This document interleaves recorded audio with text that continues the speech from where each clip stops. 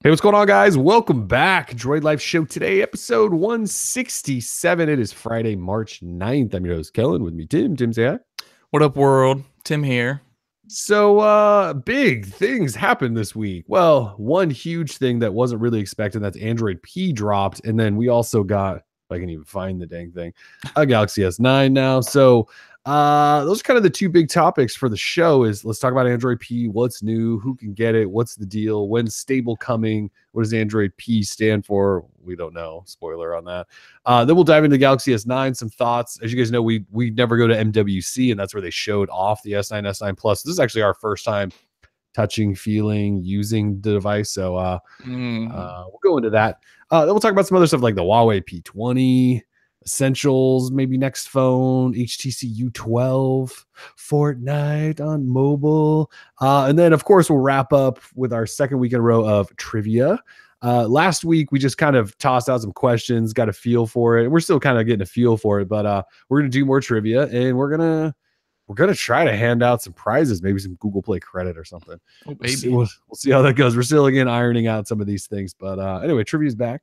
And yes, prizes. I did say prizes. So, all right, let's start with Android P. So, if we look back to last year, Android O first developer preview dropped like mid to late-ish March. So it's March, and kind of figured they were going to drop Android P at this point, assuming they went with last year's schedule, and they did that this week.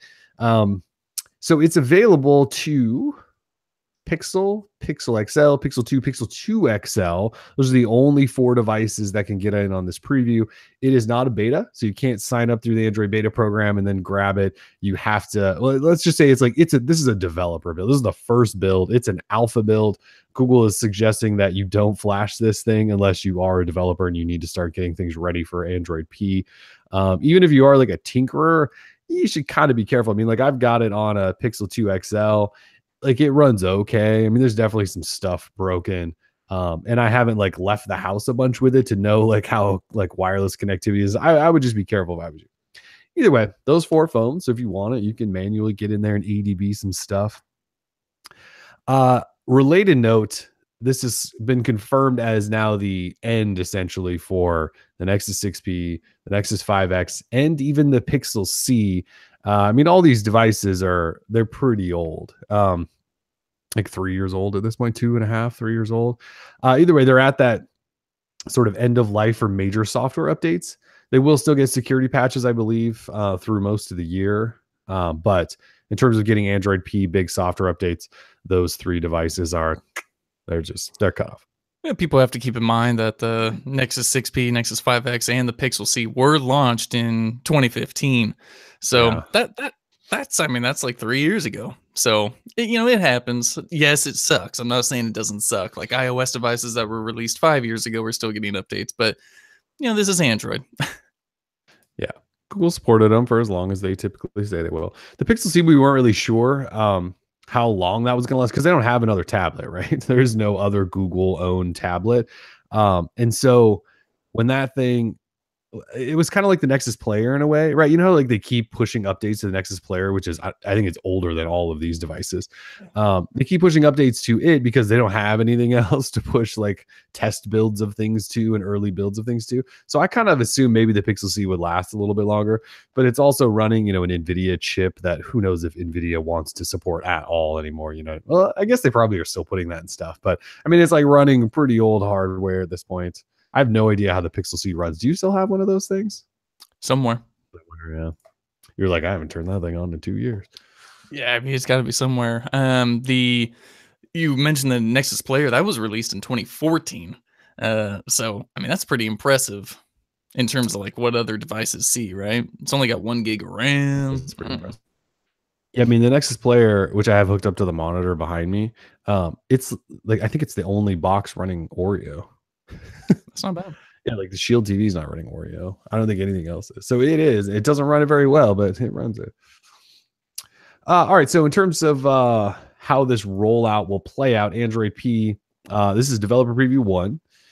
We should get a second build, developer preview 2 in May, and we're just assuming that's going to be at Google I/O. I think the last like 3 years they've dropped a preview of some sort at I/O. So expect that. I mean, on their calendar, it says early May. So that's when IO is. So we're preview 2 in May. That will be a beta. At least that's what they're hoping to be, a beta. So then you'll be able to sign up to the Android beta program, and you should then just get the thing over the air and you wouldn't have to flash anything. So that's a pretty big deal.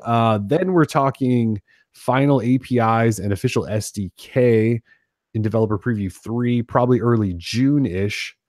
And then preview 4, they're like fast tracking to then probably end of June. Like, it looks like we're getting 2 previews in June, which is kind of odd, but we may. So we may get 3 and 4, and then there'll be one more preview of 5 towards probably late July, August, at some point probably in Q3, and then the final stable release, which in the past has always come out in August. Well, the last couple of years has come out in August. I guess that sounds about right again. So we're kind of on that same schedule we've been on for the last couple of years. Either way, this first preview is out. I don't know that I'd recommend many people flash it, but you can if you're crazy. If you're crazy. So let's talk about what's new. We have 2 lists currently going. There's like the stuff that Google announced, which is more like the developer focused stuff, and then there's like the other list where it's just us like poking around in Android P to see what we found. Do you want to run through like the list that Google just laid out, at least like a couple of the big things? Absolutely. It would be my pleasure. There's actually quite a bit. Of course, in the developer stuff, this is sort of marketed towards developers, at least this first developer preview. So they highlighted all these changes. The first big one, of course, is display cutout support. And yeah, whether you love it or hate it, display cutouts are apparently coming, and they're going to be natively supported inside of Android P. Yes, so they are. Deal with it. So what you can do is say, even if you already have a phone that's running Android P, kind of like Kellen, I believe that's what you were using in one of your posts, where you go into the developer options and you enable, simulate a display with a cutout. And so you can kind of, I guess, see what it looks like. Maybe you can get your eyes used to it, get used to that clock being on the left-hand side and the battery and the cell signal on the right-hand side, deal with it. So there's that. There is indoor positioning with Wi-Fi RT. This is what it looks like. There's that notch. So yeah, you just enable. So developers can build like to how their apps need to work around a notch. It's pretty funky. It is. I mean, obviously it doesn't work on this phone because this phone has a giant top bezel, it doesn't. Sure. But that is it. And there's 3 different versions, like a wide, a tall, and a narrow, because they're expecting people to build all sorts of different versions of this notch. Give me the notch. Yeah. Also, platform support is being added for IEEE 802.11mc Wi-Fi protocol, which is the Wi-Fi round trip time, RTT. And so with it, you can basically, your phone will ping its position off of local Wi-Fi access points. And so you can get very good using trigonometry, I'm assuming. You can get your position indoors. So say you're at a shopping mall or airport, and you can position yourself within that area using, say, like Google Maps or something like that very well. So that'll be cool. Notifications, of course, getting kind of reworked or at least enhanced. And they talk about focusing on notification channels, improving those and how they operate, seeing full images inside of notifications. So say someone sends you a picture through Hangouts or Android messages, you'll see the full picture, not just kind of like a cropped little thumbnail of it. It's not going to take up your whole screen, but it's just going to show the full image in a smaller area. The ability to save replies as drafts. Not exactly sure how that works in with notifications unless you're using the inline reply button, and maybe you could save those as drafts. I guess that would be... I'm just wondering where those are going to store. Like, how do you access a draft again? I assume they would store inside of the messaging app that you're using. Right? If it's Android Messages or Allo. Build that out, I guess, but yeah. Yeah. Or any other messaging app that you're using, like a third party could just work that in. I'm sure it's just a single line of code probably for them. Moving on down the list. Well, that notification stuff seems pretty, like, Android's always been amazing at notifications. Like when you compare it to like iOS, which is like a disaster on notifications, like Google keeps finding ways to actually improve this stuff. Like with each build, I feel like, or I should say version, we've gotten more advanced, like quick replies and things like that. Now, like smart replies are becoming a thing everywhere. These pictures that are actually going to show full, like right now, if I send you a message on Hangouts, it shows like in a widescreen, like half of the image, right? Like it cuts the whole thing. So like now you'll see like the whole, it might be a little thumbnail, but like they're going to make it so it's clear to like see people. The fact that you can do drafts and stuff, I don't know, like the notification stuff, I think is pretty cool. And we'll talk later about how they look because that's a whole nother story. Yeah, Google also specifically mentions for notifications that the Android P platform supports the same suggested replies available in your messaging app. So suggested replies could be system wide now, regardless of what you're doing. So we all know suggested replies, smart replies, and we love them.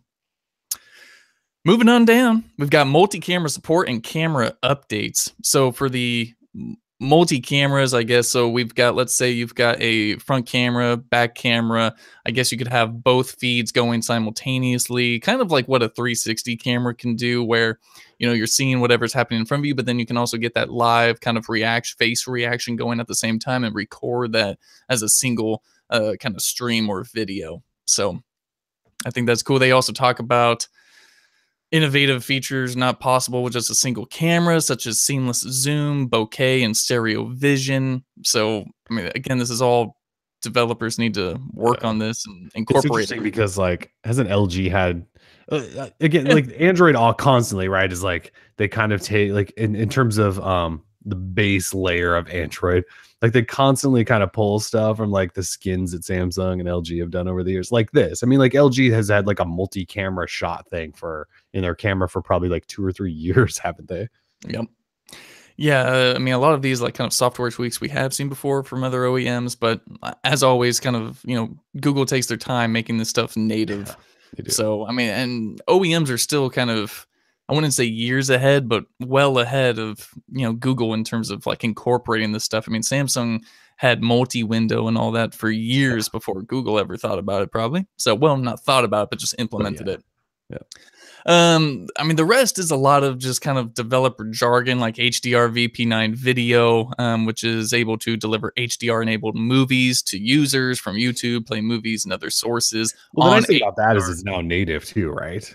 Like LG and I think Samsung and I think Sony, like they've released phones that have like this probably like proprietary version of building an HDR support. Now Google's like, no, we're going to just build this in. So if you want to support HDR, you can pretty easily, which is kind of cool. And for apps to like add that on and not have to probably license through OEMs and do some extra crap, like it's just gonna be part of Android. Could be a big deal if you, I mean, like if you care about watching HDR content on your phone, I don't know that I do, but if you do, big deal.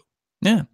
Of course, there is a long list, and we could probably go all day just talking about developer stuff. But if you want to see the full list, we've got the write-up, and also the Android team published a video on YouTube that sort of just overviews all the developer-centric stuff. They did talk about autofill framework. Like autofill for 8.0, I thought was one of the biggest, like I was a password locker guy forever. And while I still use, I think I'm using Dashlane at the moment, but like because like all my passwords are stored in my Google account, right? Through Chrome. And so like that syncing through OS, I thought the autofill stuff was a huge deal. The problem with it on 8.0, it's like not very good.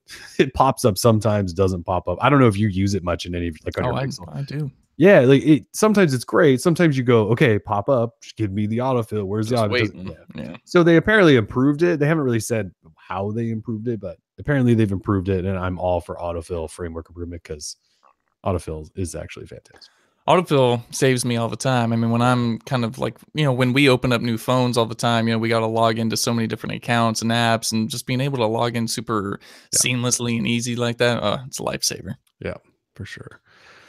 So we also put together a list of the other stuff that Google, we kind of do this every time, right? Like every time a new version comes out, we drop the list of the developer changes Google wants you to know about, because a couple of them tend to be a big deal. Like when picture-in-picture was announced or whatever, that was a big deal. But then they also just make all these changes to Android that they don't say. And so we spend hours and hours digging through.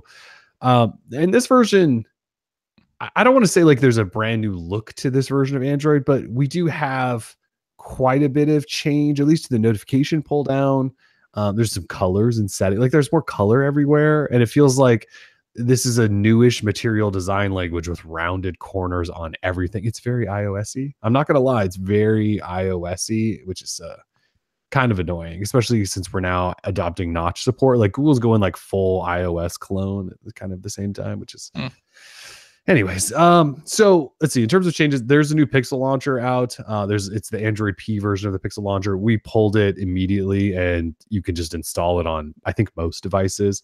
At least runs on like Oreo. I think we both had it running on our Pixel devices pretty easy. I had it running on the Essential phone, which is on 8.1 right now. There's not really any changes to it other than like there's this shaded sort of 3D layer of the bottom drawer area. And anyway, if you want to run an Android P Pixel launcher, you can. But they've changed some stuff, like volume controls now are kind of weird. Like when you change the volume, you get this new pop out slider. I could probably like show all this stuff as it happens. So you get this new pop out slider. And when you adjust the volume, it actually only controls media volume. That's like the default. So like when you're like, I want to turn my volume down on my ringer, I don't think that's actually what that's doing, even though I'm not in any media application. Like it's just media stuff.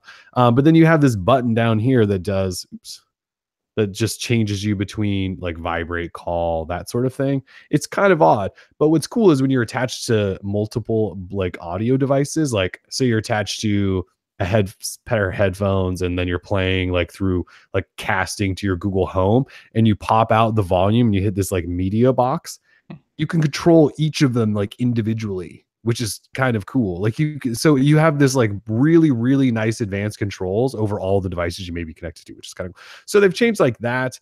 But we should probably show like this notification thing. So the notification situation is a little weird. Like it's very iOS-y. It's rounded corners. Everything's separated into cards. Here, I'll pull up a card.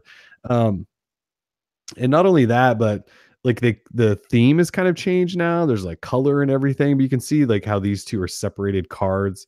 That's how iOS does. Oh, iOS has a little bit more of a like buffer in between each card.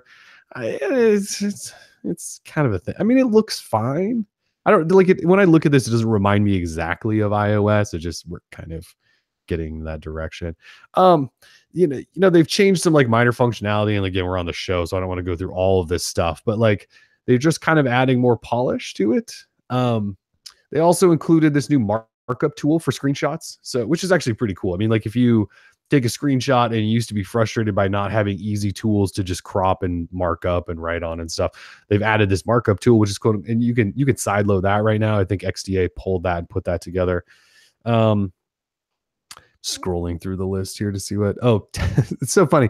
Text zooming. When you're scrolling through text, if you type in a text box and you put your finger in, like try to scroll between to move the cursor, you now get a pop-up zoom box. I kind of can't believe that stock Android hasn't had this for a long time, but it now does. And it's apparently a big deal. It's been one of those iOS things, I think, from day one.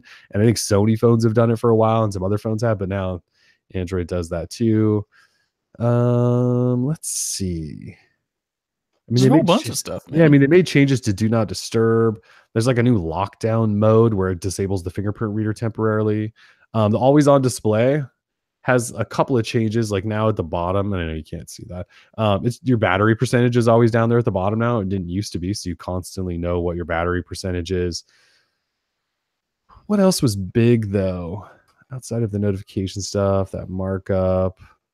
I mean, they made some changes, that's for sure. Like when you are using it, things do look different. I mean, like your home screen and the icons, stuff like that, nothing's changed there. You did mention one of my complaints, which is that clock moving over here to this side. You know, iOS is like that too. They've got like some status stuff over here, clock over here. They've separated it. Android forever has had the clock and status stuff over here on the same side. I don't like this. I mean, I wrote like an entire piece on how I think it's a really stupid move for Android to move the clock over there, but the clock has moved over there. That could obviously change. This is preview 1. Yeah, that's sort of it. I mean, there's a whole bunch of changes, but none of it's really worth like talking about on air. What do you think about Android P so far? Well, you don't even have it flashed, do you?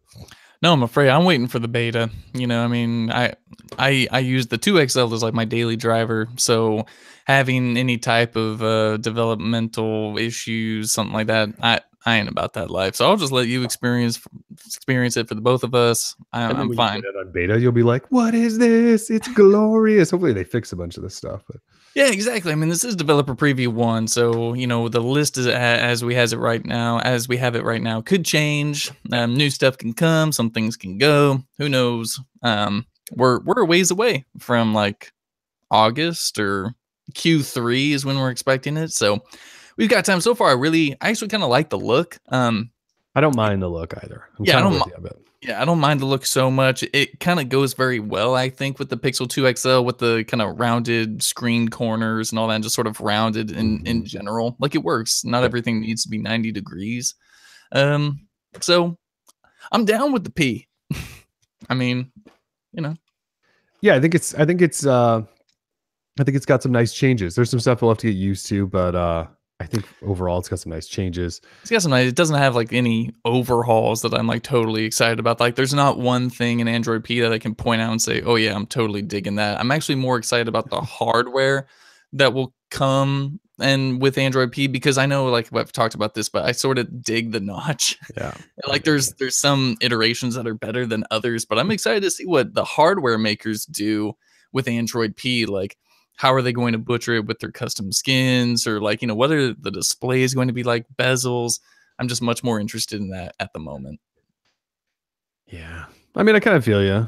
I'm just ready for it to get more stable to see where it goes too. So what one of those things which you just mentioned, things will probably change. Like we've written up these huge feature lists and complained about things, but this is preview 1. Like Google changes stuff all the time between these previews. So before the beta, like a whole bunch of stuff might change as they take feedback, see what's working, what's not working, that sort of thing. So this is the first preview and it's totally fine. Again, I wouldn't recommend most people run it, but you can run it if you want. Yeah, Scott Washington in the chat says, "Are you guys pretending like Wi-Fi triangulation isn't a major change?" LOL. Yeah, no, I think that might be the biggest part of it. Wi-Fi RTT is going to be huge. Not that I'm the kind of person who gets lost in a shopping mall or airport. I get lost in my house, which is where I spend like 99% of my time. So. Yeah, and what's great now is that typically you would need 3 or more, sort of like how your car's GPS works or whatever, I mean, you need 3 satellites pinging it so it can triangulate the position. So what we have with our in-home Wi-Fi, our Wi-Fi points, it can use the separate points, not just a single Wi-Fi router, and maybe we can get some legit positioning inside of our home. I mean, if someone was a conspiracy theorist and Google now can know exactly where you are inside your home, they send the SWAT team, FBI and stuff. I mean, they can know everything now. So watch out, people. I would start investing in aluminum foil ASAP. We always forget to have like that handy. We need to like set a reminder every time we do a show to like have the tinfoil handy. You can just reach over and just. I had my hat sitting here for a long time, but then like just last week I was cleaning the office and I threw it away and now I regret it. All right, so that's Android P. Yeah, not huge changes, but there's actually quite a bit of stuff. There always is, right? We always like on the surface we kind of go, this isn't a very big update, and then you start looking through, and Google does change quite a bit of stuff. Sometimes we don't understand why they're changing stuff, like the clock moving. I still don't get it, but yeah. So anyway, be on the lookout May for that beta, and things will probably change and become much more stable at that point if it does go into beta, because they're allowing anyone to get it at that point. All right, so Galaxy S9. All right, so we have a Galaxy S9 Plus actually from AT&T. It is the lilac purple. Ooh. It is. Well, we've unboxed it. We're working on review. We'll get all the other stuff done that we typically do. You hate it. See, I don't hate it. You're bored. I'm like losing my voice already. Yeah, I've used it now for it's been about 24 hours. The phone is totally fine. Here we go. It's just not, it doesn't feel new like at all. Like it just Feels like the S8. Actually, I mentioned this in my unboxing, but it feels edgier on the edges. Like the S8 Plus, I remember being much rounder, I thought. Not that that's not like a complaint. It feels like slightly different in hand. It also feels super heavy. And I don't know if it's heavier than the other ones. I haven't like compared the weights, but which I kind of like. Like that was one of those things I liked about the Essential phone was like how heavy it felt. It just felt like a little tank. This phone feels kind of that same way. I would say it feels less glassy and more metallic, if that makes sense. Like it just has a different kind of weight to it. They also just made the color shine through much better. Like I don't, if you remember the purple version of last year's phone, like you had to like kind of turn it sometimes to get like this thing, like it's purple. Like I don't need to give you an angle, like it's just purple. And then like the frame is this matte purple finish, which is kind of cool looking. It's a nice looking phone. I'm not trying to just like trash on it. It's just that like obviously not a lot has changed from last year. We do have that centered fingerprint reader there. As much as that change is nice, I don't know that I think Samsung uses the best fingerprint readers. I complained about this last year. I think that I thought it was slow and that it didn't read that often. And people were like, you're crazy. Mine's the fastest thing ever. Well, this one's exactly the same. Like you put your finger over there and it does unlock pretty good. It just doesn't seem as fast as like Google's, even LG's, even Essentials. Like, and those give you kind of like this haptic feedback. Like this, you get no feedback. Like you just hope that you got your finger on there, it unlocks. So I haven't tested the camera much, but I am looking forward to that. I did take like a picture of my cat last night, like kind of in a darkish lit situation in my house. And when I looked back at it, I was like, oh my God, that's a good picture. Like there was something about like the way it captured his face that was just really, really good. But like the software hasn't really changed. It's running Oreo, but it's that Samsung Experience 9. It just looks familiar. Like all the notifications areas, like I don't like them because they're often too cramped, but it looks normal. The performance seems fine so far. It's got them on screen, but it's got stereo speakers. I did listen to or watch a video or something last night, cranked up them speakers. So that's been nice. And I did like the ear test. Like I put each one in my ear to make sure they were, so the stereo speakers are very, very nice. USB-C, it's got a headphone. I mean, like I mentioned this in the unboxing, it's amazing how much stuff Samsung packs into these phones.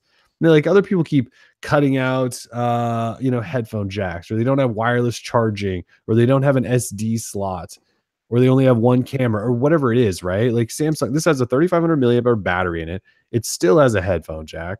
It has stereo speakers now. It's water resistant. It has 2 cameras. Like it's not missing a single thing. It has fast wireless charging at that. It has an SD card. Like it's not missing it. And it's like where everyone else is trying to build notches in, like it doesn't really have that big a top and bottom. Like design wise, I don't know that you can really top what Samsung's did. Well, I prefer the look of like Essential phone because it's just unique. Like, come on, look at this thing.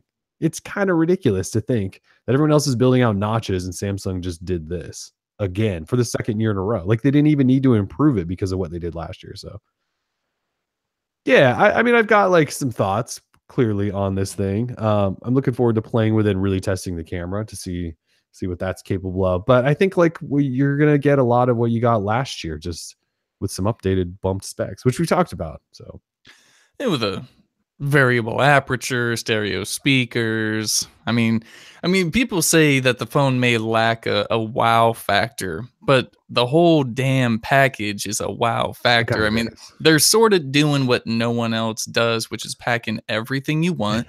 They aren't skimping on anything. It's got wireless charge, fast wireless charging. It's got your headphone jack, stereo speakers. What the hell more do you people want? It's kind of weird actually to see a headphone jack. Most of the phones I play with now don't have headphones. This is actually kind of weird. I mean, it's like earlier this week or something, I unboxed like that Huawei Mate 10 Porsche Design Edition. Like it didn't have a headphone. Like I'm just so used to nothing. And like, look, there it is. It looks kind of weird, right? To see like a headphone jack on it.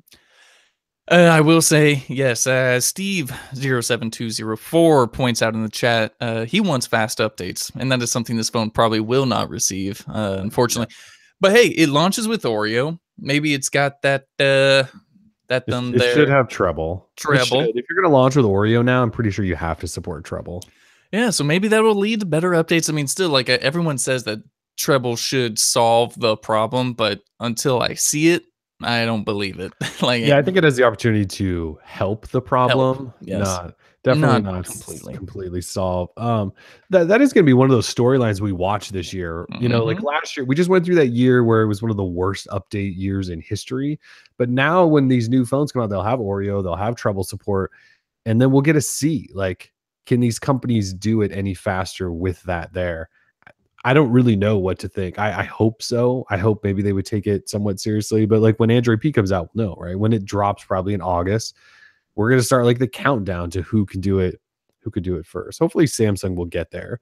Uh, but speaking of that, like that's really kind of what it's gonna boil down to for me with this. I already know, and it's software. And not necessarily just the software updates, that is a huge part of it, but I just don't like Samsung software. I like it's hard to like find things about it that are enjoyable. I just don't like the way they do things. I don't know. It's hard to explain because it's all these little things, right? Like Samsung Skin isn't the worst. It's we've talked about a lot how this has gotten a lot better. It's usable. It's usable. They follow quite a bit of Google's guidelines now. They just tweak some stuff to their own liking. But there's like all these little things. Like there's no double tap to wake on the screen, right? Unless you double tap on the little home button down there and then it pops up. But like they want to tell you like you can also double tap on your little icons, but like if I double tap on one, then I have to either unlock or swipe up to like get into that. Like that seems like an extra step. Like I just want to see that icon. I don't know. There's just like all these little things that just drive me nuts. Like the notification area is like really cramped all the time. I don't know. Where? Yeah, but like that's the thing though, is when you're evaluating phones now because they're I know. all good, right? Like Yeah. everyone You have makes to a nitpick. good. Like you have to find the things that set them apart, and in order to find the phone that works the best for you, like that's what makes the difference. Like everyone has a good camera, right? I think Google still has the best camera, but like I haven't tested this, so I shouldn't say this. But like, Mhm. right, like so you look for like those little things like, well, is it just better? Is it like the camera just better? Or like is the software just better? So that's kind of where I think we're at, which is sad in a way. Like it was fun when it was like this one has dual core now, and this one has 2 gig RAM, and like everything changed from one phone to the next. There was like a new spec being introduced. That Right. doesn't happen anymore. We get more polish, which is fine. It's a good place to be. It's just not as fun. Stalkerburn55 in the chat saying, after a review, do you guys slap Nova Launcher or Pixel Launcher on the device or on a non-Google phone? For the most part, yeah. Yeah, like if it's an LG phone, absolutely. Probably 3/4 of the way through a review, I'll slap a launcher on once I have an understanding of what Yeah. their stock launcher is all about and I can't stand it anymore. I'll just put a launcher on. Then in the review process, I'll go back, put on the stock launcher so I can take the screenshots for the review and all that. Then I'll go straight back to whatever custom launcher I'm using. But for the most part, yeah, I'll try and use the Google Now launcher because the Pixel launcher is exclusive to Pixel phones. And then, yeah, Nova launcher on some other devices. Just, how frisky I'm feeling, which Yeah. is pretty I, frisky sometimes. I'm kind of the same way. I always try to evaluate it for the first like week or so with like the full experience that they deliver, because that's how they think their phone is the best, right? Like when Samsung ships a phone, like its launcher, its everything is how they think it's the best. And usually I hate it. So yeah, like towards the end I kind of will do like a flip and throw on like either just like Google Now launcher or Nova and set it up my way to see if like that changes any of my views on the phone. Like is it really just their software that's driving me nuts, and will it change if I can customize the heck out of it, sort of thing. That's kind of, I think that's how Tim and I kind of both do these reviews. Like we do it the way they give it to us because that's how they want it, and then towards the end we maybe switch and kind of tweak some things. But yeah, we try. Look, when they ship a phone, that's how they think it's the best. That's how I look at it. So I'm going to use it that way and critique it that way. And then, yeah, often. I mean, like if I were like last year, I used the regular S8 for a long time. And it was, like Nova out. Like I had the full custom Nova setup on there, and it was fine. I mean, I enjoyed the S8 for quite a bit last year. Yeah. You haven't even talked about AR emoji, and that's kind of a problem with me because AR emoji might be my favorite feature of the S9. I know it's so funny too. Like when I was doing the unboxing, I found like that setting in the camera. Mhm. Um, I haven't thought about it since Can until you do right one right now. now? Can you like just pull it up and do one? I And don't know. I'll keep the people busy. I honestly don't even know how to do it. I haven't looked enough into other than like it's in the camera. Yeah, I'm sure you got to open up the camera. snap it. Can't take too long, I would think. All right, let's see. In the meantime, I can answer some questions. I see a lot of people talking about stuff here. Scott Washington, one of our good friends in the chat. Timely updates and clean software. I'll throw away the headphone jack and wireless charging for that. I'm with you. Timely updates, it's something that obviously Android OEMs have not mastered yet. Only Google seems to be. Well, Essential's impressing the hell out of us with its monthly security patches. I know it's still working on the Oreo thing, but maybe by the time Android P comes around, it'll be ready. I mean, the problem is that we think that these developer previews will help. I mean, we're getting our first taste of these new versions of Android months before they're released. And so the OEMs have all this time, and yet they're still taking 6 months plus after an official release later in the year to knock it out. And that's obviously a real problem. So let's see how Kellen's doing. Not that great. The first one looked absolutely nothing like me. Nothing like you. It should look exactly like you. If you have to choose male or female, it doesn't know that, which is fine. That's fine, dude. If people look a little ambiguous, it's like a selfie of you, and then it analyzes it. Oh gosh. And then it this doesn't look anything like me. Oh well. No, the eyes look weird. They have eyeliner on or something. Maybe that's what it is. Maybe it was because of the lighting. You have a shadow under your brow. And I mean, I am wearing a hat and headphones. I think it kind of looks. I mean, you could change the hair. The first one, it maybe was some long haired, hipstery dude. Maybe that is definitely not me. This is pretty. I think it actually got the shape.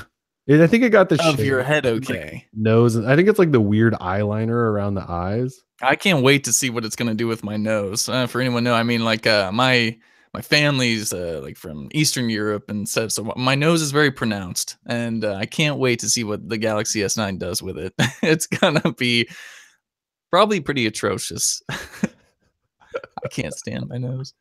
You know what, dude? That kind of looks like you. Not as a knock. Again, I think it's the weird eyeliner they put on it, which is what looks so weird. Oh, that's so weird.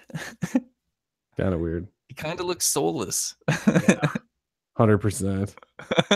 Anyways, that's interesting. I'll play with that later. I know, it should have been one of those things I played with right away. I just haven't had a chance to dive into it. Yeah, maybe if you put a little backwards cap on it or something like that. I think you can mess with all that stuff. Oh, that's cool. I can't wait to try that.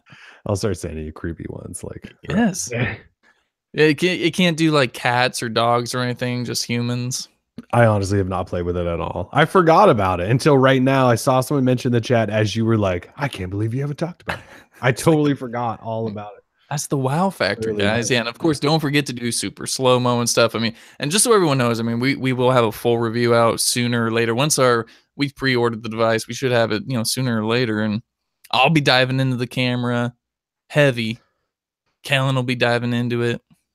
It's gonna be intense. Yeah, we'll have tons of stuff over the. I'm going to spend most of the weekend with this one. Then hopefully the other 2 unlocked units we have show up too, so we can play with those. Tim will be on that camera shootout. We'll have all the stuff. It'll be out sooner than later. Yep. And yeah, super slow-mo. To see the Animoji, Ethan said Animoji is better than AR emoji. I would agree. I want to be a fox or a dog and talk. I don't care about an emoji that's of me that doesn't look like me with eyeliner. I want to be a pile of poo. Yeah, see, I want to be a talking poo. Apple, one of the cleverest things they did is create an emoji because they're just funny. A talking poop is funny. That stuff's clever. Making a creepy version of myself. I don't know that that's that cool. It's kind of I think it's kind of cool. But it's not as cool as talking poo, but it's cool. Selfie and then tries to analyze that. And the first couple of selfies it took were blurry and not even focused, and it tried to create me. So the Animojis just look clean, right? I mean, really, it's just using your voice and eyes. It just works. And that's the thing with Apple. It just works. Why can't anyone else get this? It's magic. It just works. And we think you're really gonna enjoy it. So yeah.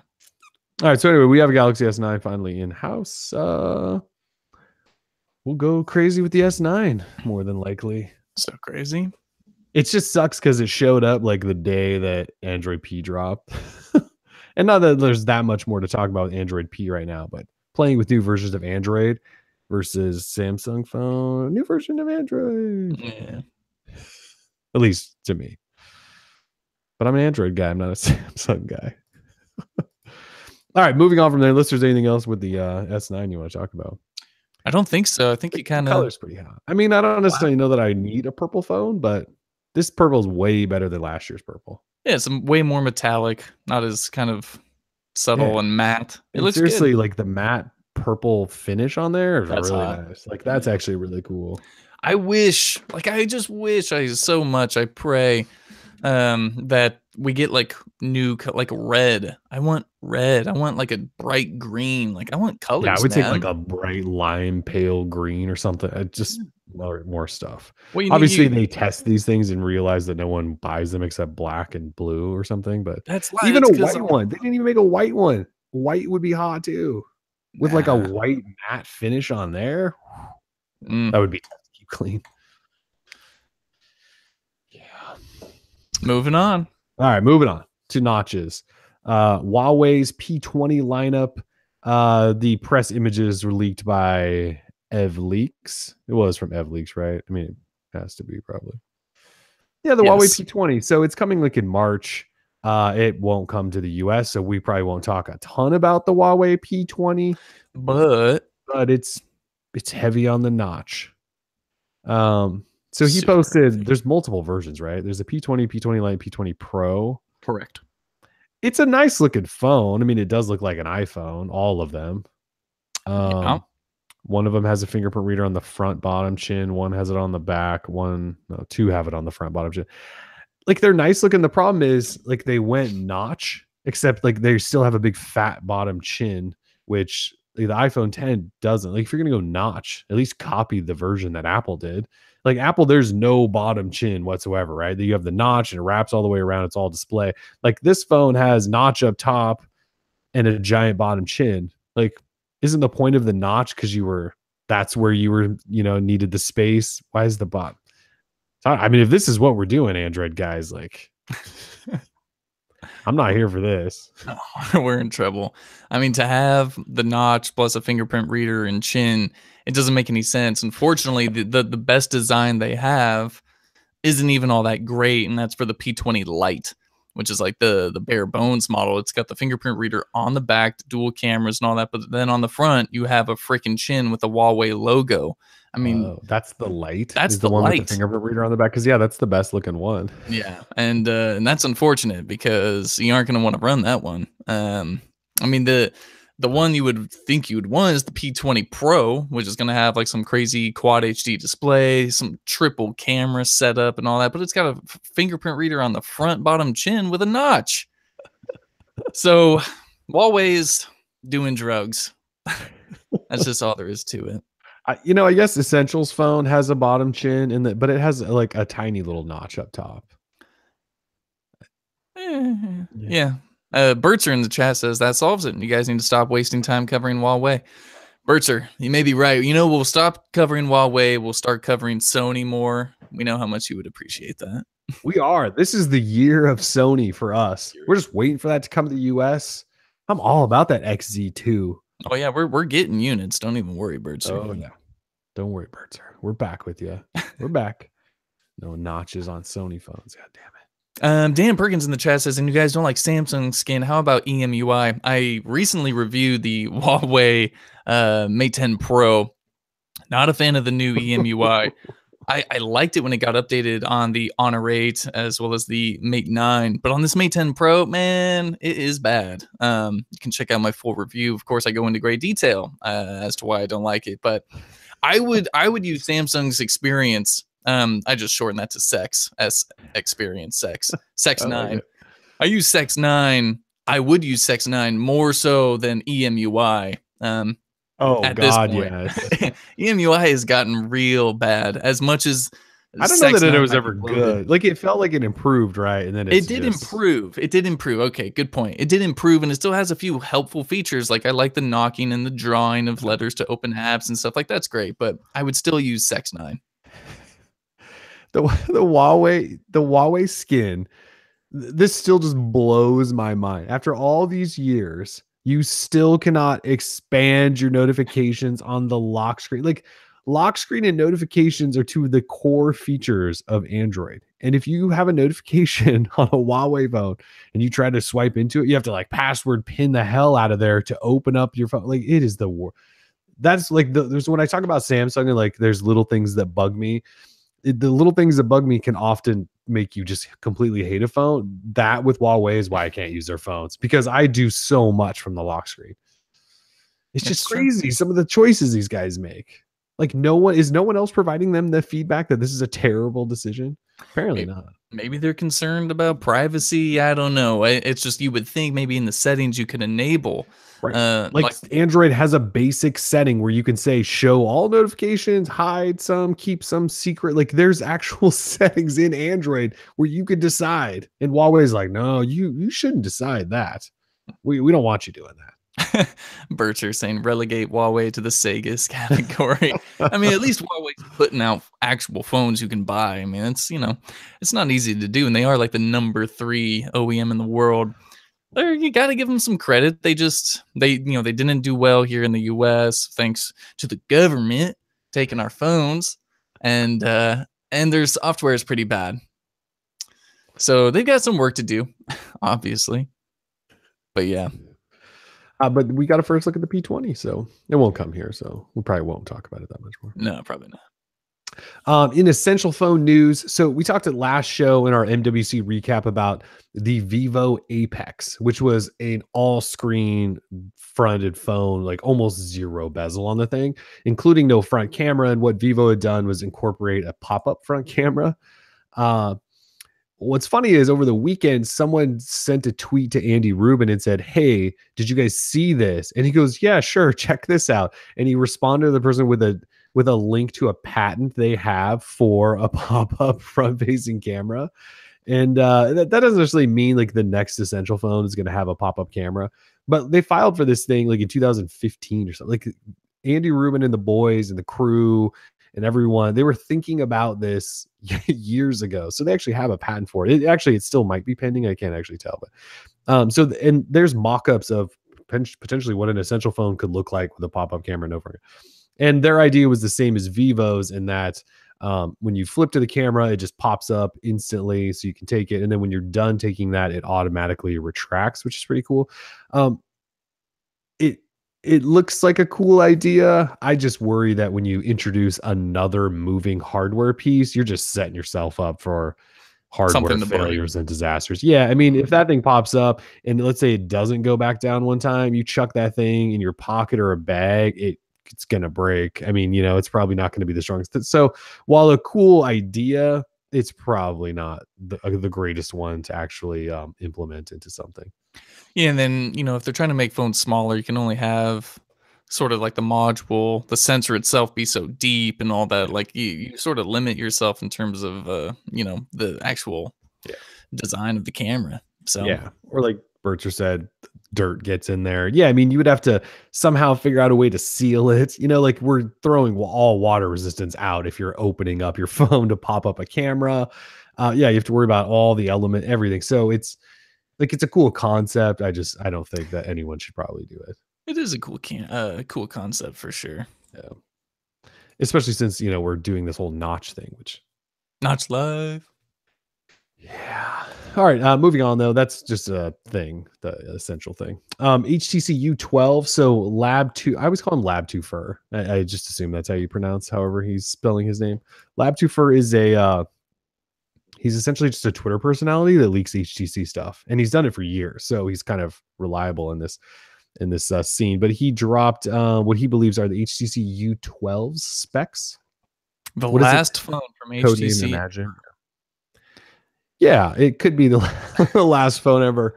It's getting pretty grim at HTC. So, do you want to run through the specs? I would love to. So HTC U12 expected here not too long from now. I would expect codename HTC Imagine.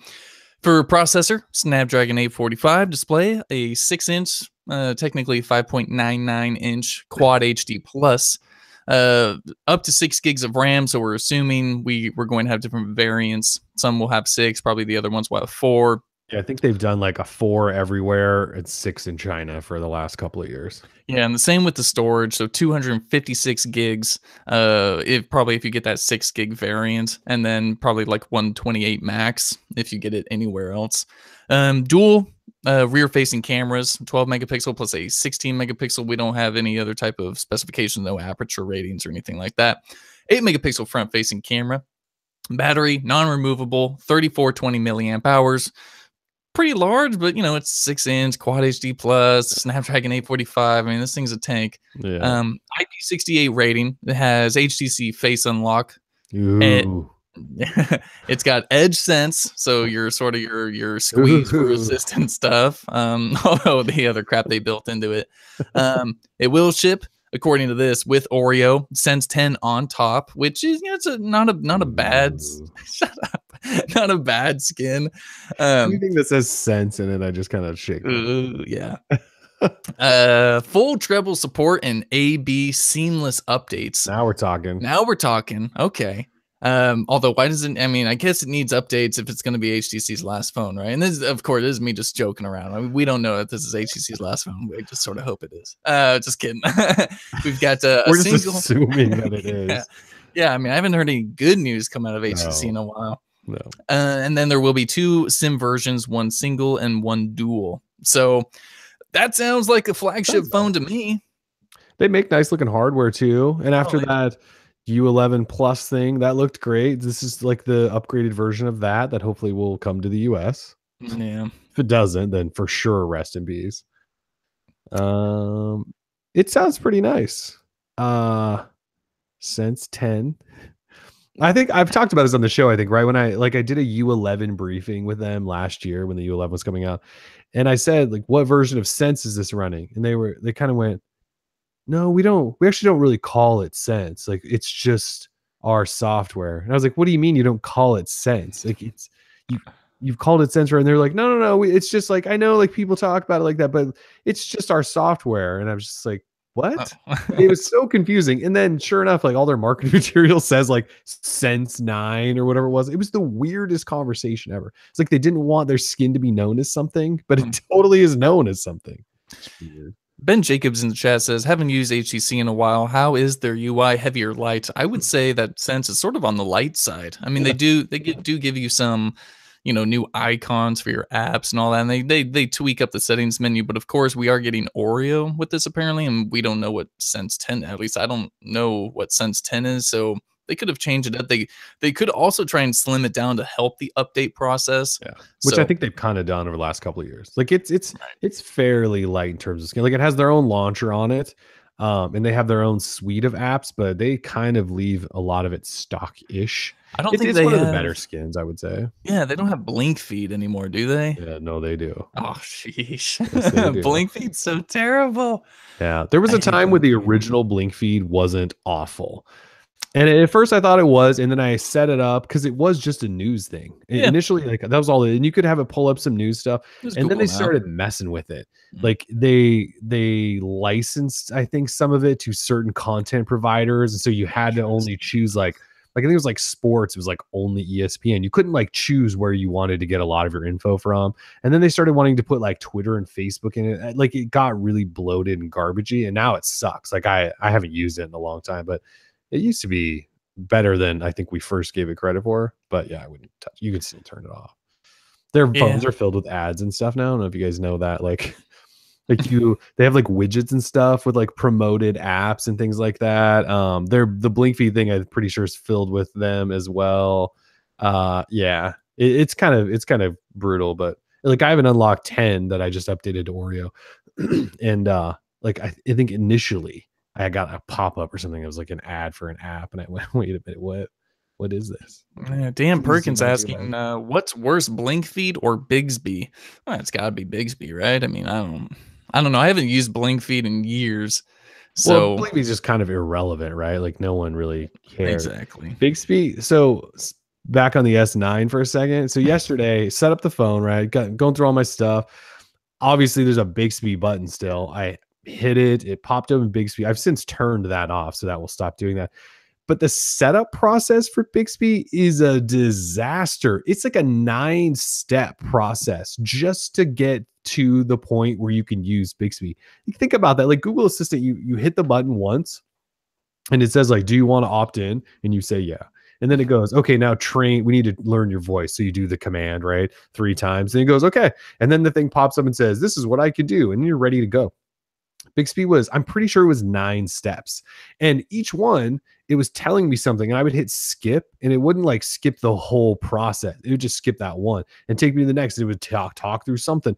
And then I had to like opt in and then take me to something. And it was like one thing after another. Like no reason. I mean, or no wonder we trash on this thing constantly because it doesn't make any sense. It's so overwhelming. And now I don't even want to use it. Like when your setup process for what's supposed to be your flagship thing takes 9 setup screens and explanations, that's just way too much. You got to simplify this stuff. So what I'll be doing is once my S9 or S9 Plus comes in, I will be doing a side-by-side. I will set up Google Assistant up alongside Bixby, and we'll see just how long each one takes. I'll write up a post, and the headline will probably read like, Bixby takes way too effing long to set up. Actually, as I was setting it up, I was contemplating writing like, what in the hell is Samsung doing with this? I'll do this because I want to get the video and all that. Like that sounds like fun.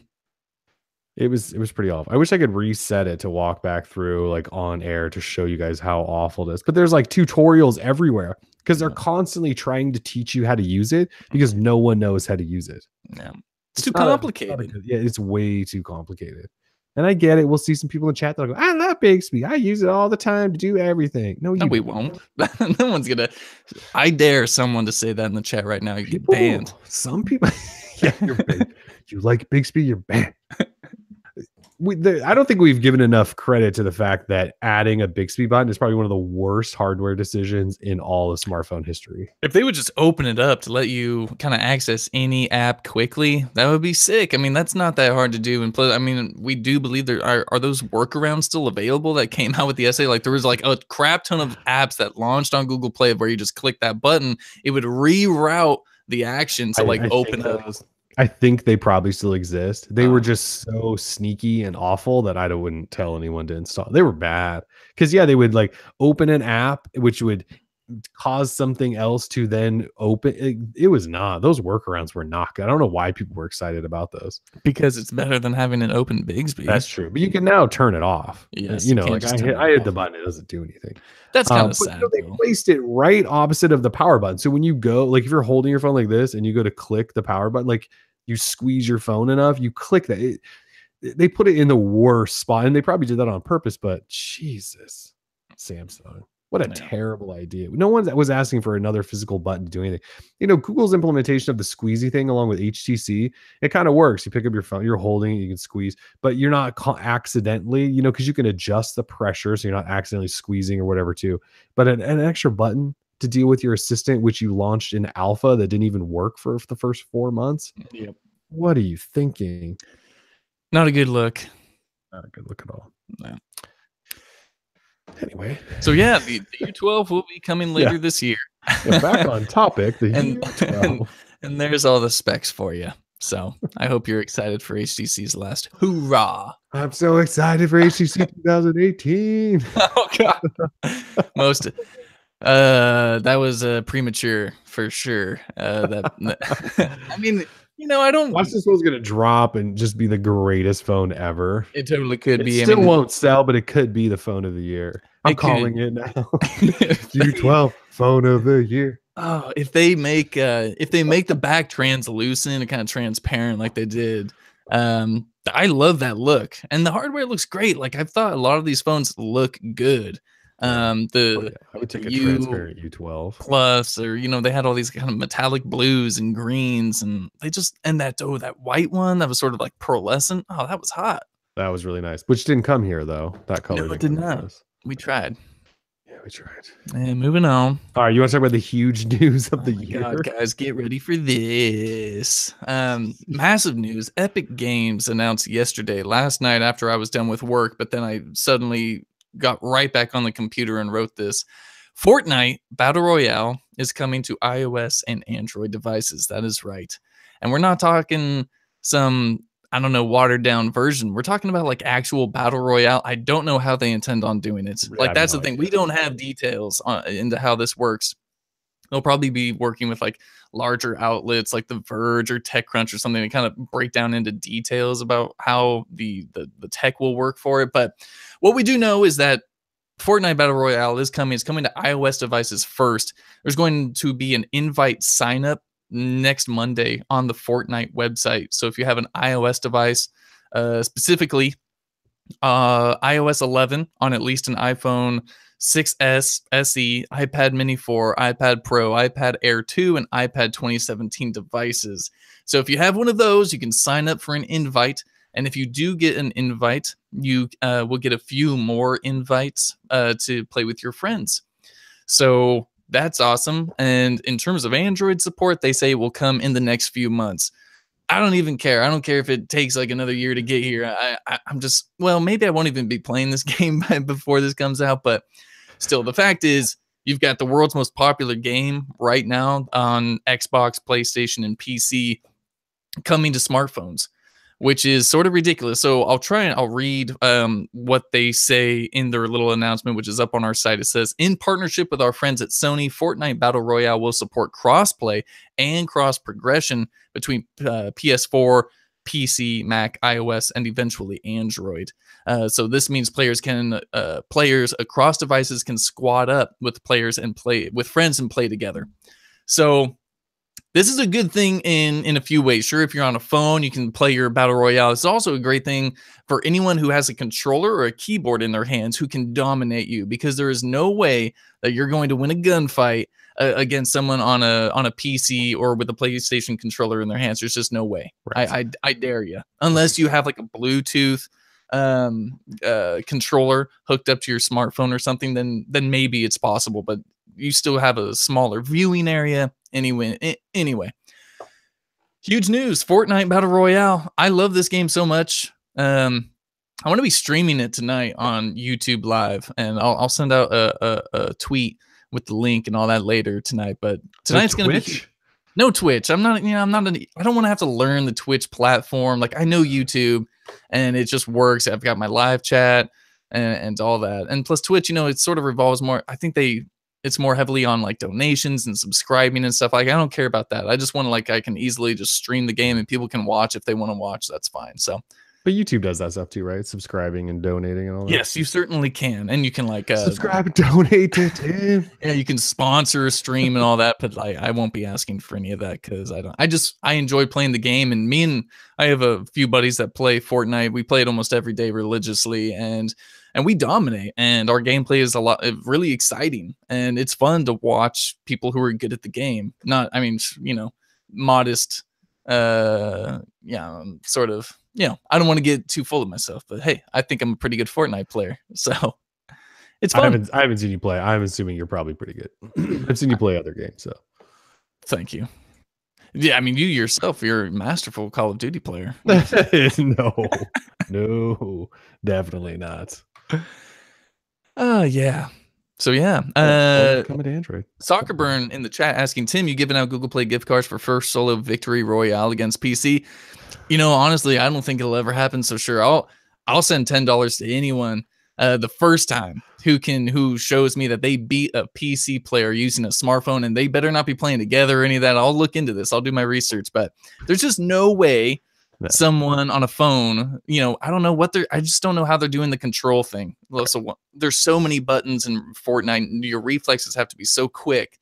I just don't see how anyone on a phone could beat a console or PC player. But hey, we'll see. People have surprised me before. Good stuff. Yeah. All right. Let's see. Another quick news though. Google's Duo, their video call app. I guess it's the video call app. It got an update this week that introduced video messages, which I actually think is kind of cool. Instead of calling someone a Duo and actually talking to them, we don't like actual interactions these days. You can call and quickly almost hang up and hit this video message button and leave them a video message. The only thing is you could essentially do that on Instagram or whatever else you want, right? Send a video message to someone, but Duo, you can now do that too. Send people video messages. So it's kind of like Snapchat. In a way, right? Okay, that's cool. Yeah. I mean, right? Like you can leave video messages for people on other apps. We just don't call it kind of like video voicemail, which is basically what Duo is trying to build these as. But go away, Duo. Yeah, go away, Duo. I've never used it. Like, I've never used Duo. Same when the chat used Duo. In huge YouTube TV news, NBA TV. This all happened the day. So Android P dropped on Wednesday, and at the same time, NBA or YouTube TV added NBA TV and MLB Network, and they told us they were coming. We just didn't know when. They like snuck those in on Wednesday, and they're already live. And I've already watched plenty of NBA TV. I love YouTube TV. So this becomes like a weekly reminder of how great YouTube TV is. I wish we got paid for hawking YouTube TV. YouTube TV, you want to sponsor the Droid Life Show? I was just going to say like this is sponsored by YouTube TV, but no. God, I wish it was. Anyway, they added those channels. It still gets better.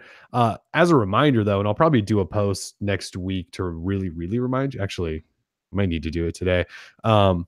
YouTube TV's price is going up like next week, like Monday or Tuesday to $40 from 35. But if you lock in like now, you get 35 and you still get all the channels and all that stuff. So keep that in mind. As Sean Tillman in the chat points out, and he's 100% correct, he says, dude, YouTube TV is pimp. And it absolutely is pimp.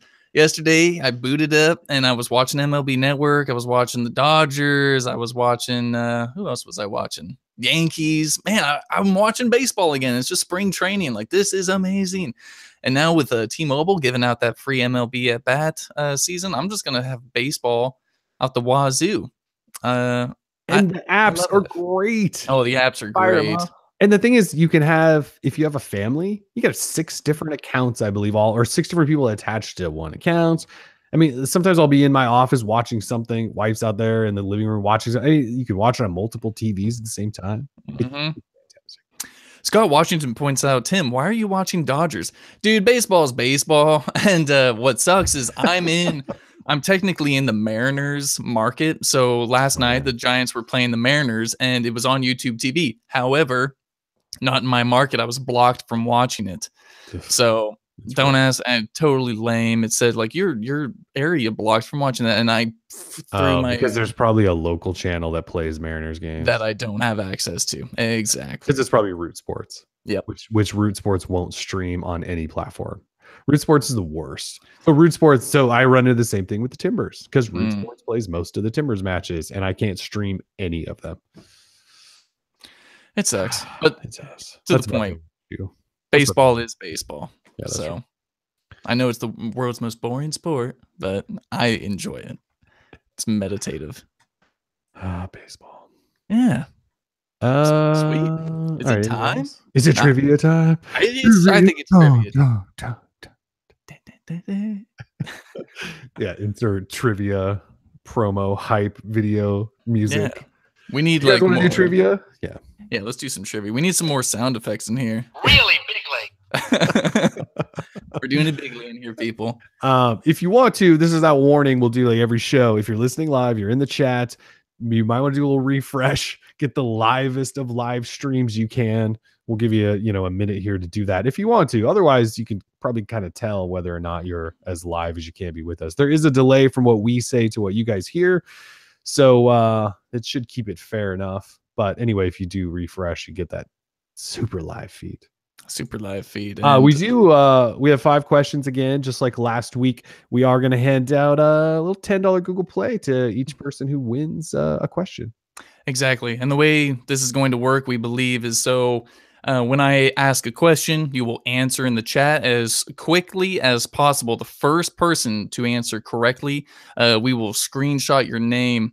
And what we'll need is you will email us, and then we will try and verify. Well, we won't try. We will. We will verify you are the winner, and then we'll get you your prize. Does that sound about right? That sounds about right. Yeah. So we'll do question. First one to answer. We'll screenshot that to prove who the winners are. Yep.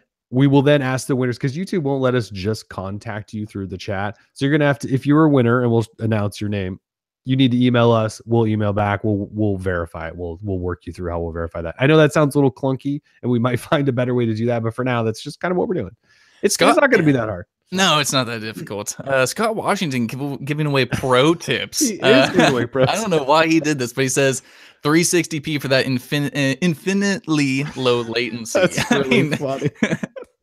You're messing up, dude. That's pro strat. Like, you don't. You can't be telling that way to everybody. Anyway, yeah, pro tip. Drop that stream to 360p. Anyway, I guess let's get into it. Question number 1. Question number 1. All right. What was the dessert name for Android 2.2? And we'll give you guys some time. I'm counting out like 15 seconds in my head, and if no one gets it, then I'll just go ahead and answer it. But I assume people have to know what the dessert name for Android 2.2 is. I'm seeing a lot of guesses, but I've seen a not lot. the correct. There we got one. There we go. We got one. I'm showing where did he go? I got him. It's Soccer Burn 55. Soccer Burn 55. That's what I got too. Soccer Burn 55 with the correct answer of Froyo, Android 2.2. A lot of people saying Eclair. A lot of people, even some people said Cupcake, Donut. Man, it was the one right after all that, Froyo. So 2.2 was indeed Froyo. Congratulations to Soccer Burn 55. Soccer Burn. Oh boy, I'm surprised at how many last week everyone just hammered these things out. Like first person was right. The first like 4 people were wrong. I will have to say, because we were giving away prizes, I did up the difficulty of some of these questions. Maybe you may want to Google something if you're not too sure. But again, the first person to blurt out the right one, I don't care if you're guessing or anything, the first person with the right guess gets the prize. So there it is. Let's time for question number 2. Question number 2. Who was the second Android OEM to produce a Nexus device? So I'll go ahead and read that one again. Who was the second Android OEM to produce a Nexus device? HTC was the first. Who made the second Nexus device? Good luck. What if your answer isn't right? It's they're always right. Someone, Eric Ortiz. Oh, so Eric Ortiz last week in the chat dominated last week, and from what I can tell, he got it right this week as well. Eric also Ortiz. Showing Eric Ortiz on my chat. Fantastic. So Samsung is the correct answer to the. They were the second. They gave us the Nexus S with the Hummingbird processor running gingerbread. That was good times indeed. And asking if my questions or my answers are wrong. I know everything. I invented Android trivia. Keep you on your toes. Thank you. Eric Ortiz, we might have to just disqualify him. He's too good. Too good. He's on that like 180p. He's got that super audio only. Yeah, he's actually down in my living room. He's got all the. All right, question number 3. What year was the Pixel C released? So I did mention this in the chat earlier. What year was the Pixel C released? It just lost support. It will get major OS support. It won't receive any more major OS updates. It will still receive. There we go. Jeff McKnight in the chat with the answer of 2015. December of 2015 to be exact. So congratulations, McKnight. Some people are just ahead of the game. They're killing it. Jeff. Yeah, good job, Jeff. All right. Question number 4. Question number 4. I missed question number 3, by the way. I know. I was kind of waiting, but you never did it. So I was doing something else. Yeah, it's okay. We're amateurs. What is the official name of Android's mascot? So it sure as hell isn't Andy. Exactly. For a long time, we thought it was kind of Andy, blah, blah, but what is the official name given by Google of Android's mascot? This one. Oh, someone. Yep, it ain't. There we go. Seth Merritt in the chat with the correct answer of Bug Droid. Bug Droid it is. I like a lot of people called him Andy for a long time, and Google was like, we don't call him Andy, we call him Bug Droid. Yep. It kind of threw everyone when they announced that. It was weird. Yeah, Brett Wright gets a special shout out. He just said Android guy. And that's or Droidy McDroid face, Joe. Nice. Droidy McDroid face. Yeah. I will say I do like Andy Andy the Android. Yeah. Like you're saying it more so than Bug Droid. Bug Droid sounds kind of dumb. I mean, it threw us all off when they said, you know what, we call him Bug Droid. Everyone, you do what? I mean, I know he's got his little like antennas and stuff. Yeah, it's not that great. Yeah. All right, final question. Question number 5. Question number 5. What was the first device, Android device that is, to launch with ice cream sandwich? I'll read that again. What was the first device to launch with ice cream sandwich? I'm not telling you the year. I'm not telling you what Android version that was. I just want to know the first device to launch with ice cream sandwich. Good luck. It's a famous one. Oh, Brett comes with it. Galaxy Nexus is the correct answer. He was Brett quick Wright on with the answer. Yeah. Yep. Brett Wright. Congratulations. And that's it. That was question number 5. That was question number 5. That was solid. One day we'll have to have like a special 10 question thing. I love this. This might be my favorite part of the week from now on. So I'm having a blast. So what we're going to do is we will. I don't know how do you want to? You just put our emails in the chat. Like, how do we make sure that these people have our contact information? Oh yeah, I'll drop my email in there right now. If you won, we called your name. I guess we could go through the list of here's an email in the chat. Just send me an email if you won, and we will work out the details on how to get you your prize. Please don't everyone just flood me and try to lie to us that you won, because we have ways to verify. We do have ways to verify. That was a lot of fun. Congratulations, everyone. Did you read out all of our winners? Let's see. We had Brett Wright with Galaxy Nexus on question number 5. Seth Merritt with Bug Droid on question number 4. Jeff McKnight had 2015 on question number 3. Eric Ortiz with Samsung on question number 2. And Soccerburn 55 with Froyo on question number 1. That's what I got. Perfecto. And we got them receipts. Yeah, we do have them receipts. So the way it works on your end, you may see that you answered first or anything like that. But the way we have to do it is in our chat, and Kellen and mine, our chats are synced pretty well. So whoever we see first, and we'll screenshot it just to let everyone know. But like that, what we see is what it is. If you were a little behind, we're sorry. You may have to upgrade your internet or lower the latency. Pro tip. But yeah, either way. I want to thank everyone for joining us. It was a blast again. And we will. So our 5 winners, you're each getting $10 Google Play credit. So make sure you email us. And we'll probably change up the prizes each week, but that's what we're going with this first week. So yeah, this first week, just to, we're at a beta now. This is our first public release of the Android Trivia Show. So yeah, it's pretty good. So make sure to email Kellen. And emails are already coming in. Oh, nice. Uh-oh. Hey, I win. There's that Google Play credit. Uh-oh. It's somebody, and he included his own screenshot. Oh, nice. that shows on his screen that he was first. If you still listen, Dan, if you're still listening, and I know you just sent me the screenshot, we have to go with what our screenshot shows, and our shows Soccerburn 55 answered for. We're gonna get this right. We're gonna get a lot of these like, absolutely. I was first, and that's still it happens, but we just have to go with what we see, and that's final. Yeah, because we both saw that, so that's just what ours looks like. Yeah, and we'll double check everything. We'll make sure everything's legit. Don't worry, we got you. We've been doing this for a while. We're doing on the show. Yeah. That's probably why we won't be giving away phones. This is why we're not going crazy at first. Cool. All right. Well, I think that wraps it up. This is Droid Life Show episode 167. Thanks for joining us, everybody. We'll probably be back next week. We got lots of Galaxy S9 stuff to talk through. So, yeah. Check out that Fortnite live stream. Team.